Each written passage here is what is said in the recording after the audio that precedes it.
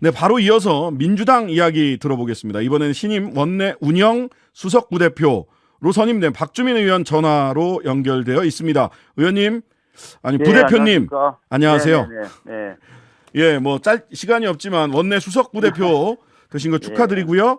네. 소감 어떠신지 짧게 좀 말씀해 주시죠. 굉장히 시간이 없는 상황에서 할 일은 많은 그런 속에서 제가 하게 됐거든요. 네. 부담이 굉장히 크고요. 하여튼 열심히 해서 성과를 내는 그런 민주당 되도록 하겠습니다. 네. 자, 당내 문제 먼저 여쭤보고 네네네. 국회 현안 여쭤보겠습니다. 네. 소위 체포동의안 가결 의원 색출하라라고 하는 목소리 그리고 징계 당원 발의도 된 것으로 알고 있는데요. 네. 이 원내 차원에서 어떻게 논의가 지금 이루어지고 있습니까? 지금 뭐 대표님이 뭐 어제 오늘 계속 강조하는 것처럼 이제 뭐 청원 등에 의해서 지금 몇몇 분들이 윤리심판원에 넘어가 있는 것 아니겠습니까? 네. 그래서 원칙과 기준에 맞춰서 처리될 것이라고 보고요. 이후에 어떤 그 원내 운영 같은 경우도 기준과 좀 원칙을 세워서 좀 규율 있게 가는 그런 운영 방식을 가져가 가려고 하고 있습니다. 예. 일단 윤리심판원에 넘어가 있다. 당원이 발의한 징계 대상자 의원들은 네. 윤리심판원을 좀 지켜보자라고 하는 취지로 보이고요. 자, 이재명 대표 주중에 당무 복귀하고 바로 강서로 갈 거다 이런 예상들을 언론에서 좀 내놨습니다. 당무 복귀 시점이 언제쯤이 될까요? 아직까지는 확정된 건 없습니다. 지금 의료진 같은 경우는 여전히 지속적 치료가 필요하다는 권고를 하고 있습니다. 그래서 뭐 지금 말씀하신 것처럼 뭐 바로 뭐 나오신다든지 이러진 않으실 것 같은데요. 네네. 알겠습니다. 뭐 최근에 좀 만나 보셨어요? 최근에는 제가 못 뵀습니다. 지난주인가요? 지지난주에는 제가 뵀고요. 예. 네, 알겠습니다.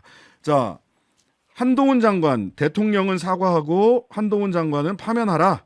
이렇게 이제 요구를 하고 있단 말이죠, 민주당에서. 네. 근데 뭐 이 탄핵을 한다거나 파면을 한다거나 탄핵을 발의한다거나 또는 파면을 요구한다고 했을 때 맥락 없고 무책임한 탄핵 요구, 파면 요구다라고 이제 장동혁 원내대변인은 말씀을 하신단 말이죠. 그런 책임, 정치적 또는 법적 책임을 한동훈 장관이 져야 되는 이유가 뭡니까? 지금 보면은 검찰의 이제 과잉한 수사 또는 경우에 따른 위법한 수사 이런 부분에 대해서 통제를 해야 되고 관할을 해야 되는 게 법무부 장관의 주요한 책무 중에 하나겠죠. 네. 그런데 현재까지 드러난 모습은 그러기보다는 어떤 그런 위법한 수사 또는 과잉한 수사를 오히려 조장하는 것 아닌가라는 의심이 들고 네. 게다가 이제 최근에 이제 그 체포동의안 관련된 보고나 이런 과정에서 거의 피의사실 공표를 넘어선 듯한 그런 네.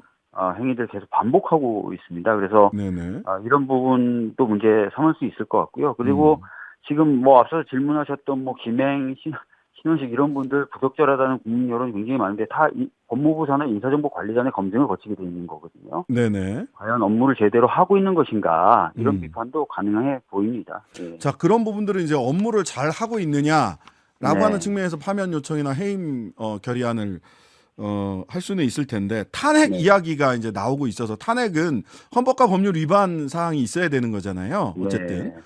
그래서 지금 뭐 저희 당 차원에서는 우선 대통령이 결단을 해서 파면을 해라라고 네. 얘기를 한 거고 국감을 경유하면서 이제 계속 지켜보겠다 그런 말씀을 드린 거죠. 네. 탄핵 사유가 아직은 뭐 다 그 정교하게 정리되지는 않았을 것 같은데 의원님께서는 개인적으로 탄핵 사유 어떠한 법률이나 헌법 위반 사유가 있다 이렇게 보세요? 그러니까 아까 말씀드렸던 대로 수사의 위법성이나 이런 부분이 나오고 거기에 만약에 국감이나 이런 것들을 통해서 관여했다거나 이런 것이 나온다면 사실 그건 우리가 통상적으로 얘기하는 직권남용이나 이런 부분이 될 수도 있는 것이겠죠. 그러나 방금 이제 진행자께서 말씀하신 대로 이게 뭐 명확하게 드러났다거나 아직 이런 부분은 아니라서 저희들이 우선은 대통령에게 국정쇄신이라는 요구를 하면서 국정의 어떤 편향성 이런 것에 큰 책임을 지고 있는 한동훈 장관에 대해서 정치적 책임을 먼저 물어라라고 해서 파면 요구를 하고 있는 것이죠. 네. 자, 여론조사 아까 장동혁 대변인한테도 제가 여쭤봤는데 김행, 유인촌, 신원식 세 후보에 대해서 조금 다른 접근을 하더라고요. 유인촌, 신원식 두 분에 대해서는 대체로 의혹이 해소됐고 적합하다. 김행 후보는 내일 청문회 결과를 좀 지켜보자. 이렇게 약간 결이 다른 말씀을 하시던데 그 여론도 안 좋고 하는데도 근데 많은 분들의 예측은 3명 다 임명할 것 같다.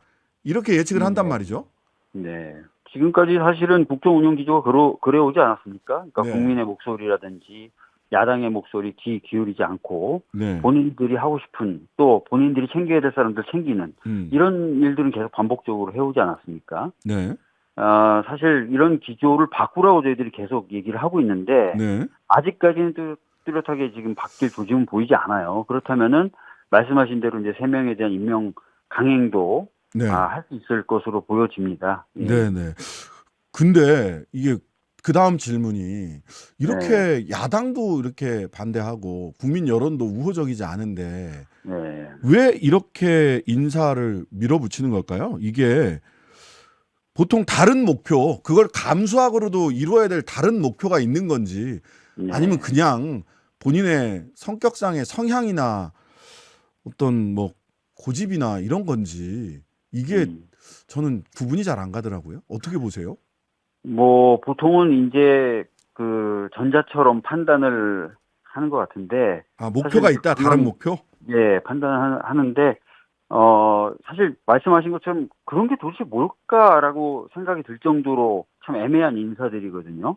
그나마 생각해 볼 수 있는 거는 뭔가 기관에 대한 장악이라든지 네. 또는 뭐 표현의 자유나 이런 부분을 계속 뭐 언론의 자유나 이런 부분들을 어느 정도 좀 억압을 해가지고 언론 지형이나 이런 것들을 자기네들 마음대로 좀 재편하려고 하는 시도인가 이런 생각들을 하게 하면 안 되는데 네. 정말 진짜 애매하고 이해 안 가는 인사들인 거죠. 네. 특별한 원칙이나 목표가 잘 보이지 않는다.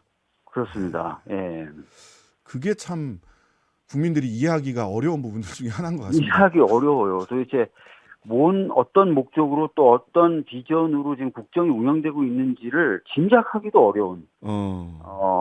그러나 비판에 대해서는 철저히 외면하고 본인들 하고 싶은 대로 하는 것만은 분명한 네. 그런 국정 운영이죠. 네. 자, 오늘 의총에서 오늘 아침에 홍익표 원내대표가 언론에 인터뷰한 걸 보자면 오늘 의총에서 이균용 대법원장 후보에 대해서 당론이 결정될 것처럼 그리고 부정적 기류가 강하다라는 말씀을 주셨는데 의총에서 결정을 못했어요.